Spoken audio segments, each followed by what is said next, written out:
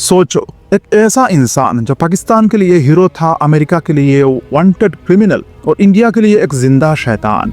एक आदमी जिसको CIA ने कहा था वो ओसामा का सक्सेसर है। पर असल सवाल ये नहीं है कि वो कितना खतरनाक था। असल सवाल ये है एक नॉर्मल सा बच्चा दरिंदा कैसे बन जाता है। आज की कहानी दुनिया के सबसे खतरनाक टेररिस्ट में से एक, ओसामा के बाद सबसे ज्यादा खतरनाक आतंकी इलियास कश्मीरी, जिसको धुरंधर फिल्म में मेजर इकबाल के रूप में दिखाया गया है। Bleed India with 1,000 cuts. यह सिर्फ एक स्टोरी नहीं है, ये एक वार्निंग है। दोस्तों, वीडियो को शुरू करने से पहले प्लीज इस चैनल को सब्सक्राइब कर देना और साथ ही साथ बेल आइकन दबा देना। अब कहानी की तरफ चलते हैं। 10 फरवरी 1964 पाकिस्तान ऑक्युपेड कश्मीर, शमानी वैली, बाबर एरिया, एक मिडिल क्लास घर। ना कोई असला बारूद कल्चर, ना कोई आर्मी बैकग्राउंड, बस एक जिद्दी बच्चा जिसमें गुस्सा भरा था। स्कूल में फाइट्स, गली में झगड़ा, टीचर से टक्कर। ये वही टाइप का लड़का था जिसे एग्रेसिव बोल के इग्नोर कर दिया जाता था, पर अंदर ये वोल्केनो था। 1980 के एंड में सोवियत अफगान वार शुरू होता है। दुनिया जिहाद शब्द को चमका रही थी। अमेरिका पैसा दे रहा था, सऊदी फंडिंग कर रही थी, पाकिस्तान ट्रेनिंग दे रहा था और बच्चे बंदूक पकड़ रहे थे। इलियास उस टाइम सिर्फ 15 साल का था, पर उसके सपने नॉर्मल नहीं थे। उसकी बातों में सिर्फ 3 लफ्ज थे, जन्नत, शहादत और खून।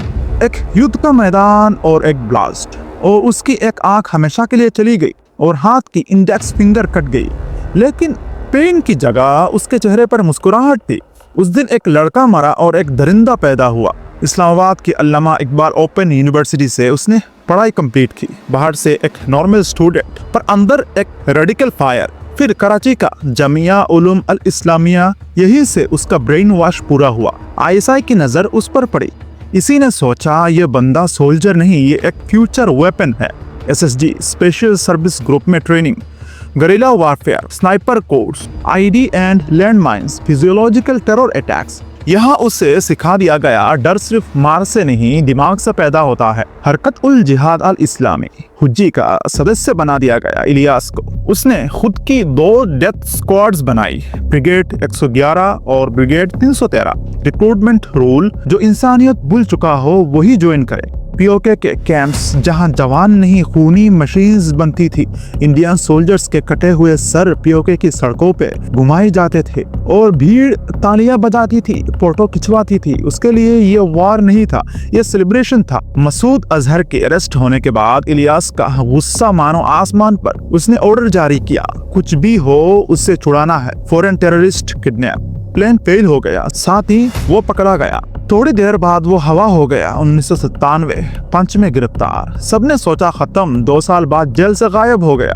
जब वो पाकिस्तान में भाग के आया, welcome banner legend is back से स्वागत किया गया। लाल मस्जिद ऑपरेशन, अब टारगेट सिर्फ इंडिया नहीं, पाकिस्तान भी। उसने अलकायदा ज्वाइन की। ब्रिगेड 313 को ओसामा को गिफ्ट कर दिया। ओसामा उससे पसंद करता था। क्यों? क्योंकि वो बॉम्ब नहीं ब्रेन्स थ्रो करता था। वही बना second Osama. Mumbai 26/11 attack. David Headley ने बोला, जिस आवाज से मुझे ऑर्डर्स मिलते थे वो आवाज इलियास की थी। Pune German bakery attack, Europe terror plans, Copenhagen massacre. Blueprint उसका दिमाग था, नॉर्मल इंसानी सोच से वो बाहर था। 2 मई 2011 ओसामा के मौत के बाद अब CIA की हिट लिस्ट में पहला इलियास कश्मीरी का नाम था। 3 जून 2011 साउथ वजीरिस्तान, एप्पल ऑर्चिड के पास रात 12 बजे 15 मिनट पर आसमान में हमिंग साउंड सुनाई दिया। Fast missile, second, third, fourth, जमीन हिल गई। जब धुआं साफ हुआ, 9 लाशों के टुकड़े और बीच में एक आंख वाला दरिंदा। अलकायदा ने खुद बोला, ही इज डेड। CIA ने लिस्ट से नाम काट दिया। जो दुनिया को जलाना चाहता था वो खुद मिट्टी में मिल गया। जो खून से खेलता था वो खुद खून में डूब गया। और आज जब मूवी धुरंधर आ रही है, लोग कह रहे हैं अर्जुन रामपाल का कैरेक्टर इसी दरिंदे की परछाई हो सकता है। एक कहानी जो सिर्फ फिल्म नहीं, रियल लाइफ वार्निंग है। अगर आपको ऐसे रियल स्टोरीज पसंद है तो सब्सक्राइब करो, कमेंट में लिखो अगली कहानी किसकी चाहिए। और याद रखो, बुराई का रास्ता सिर्फ कब्र तक जाता है। जय हिंद, जय भारत।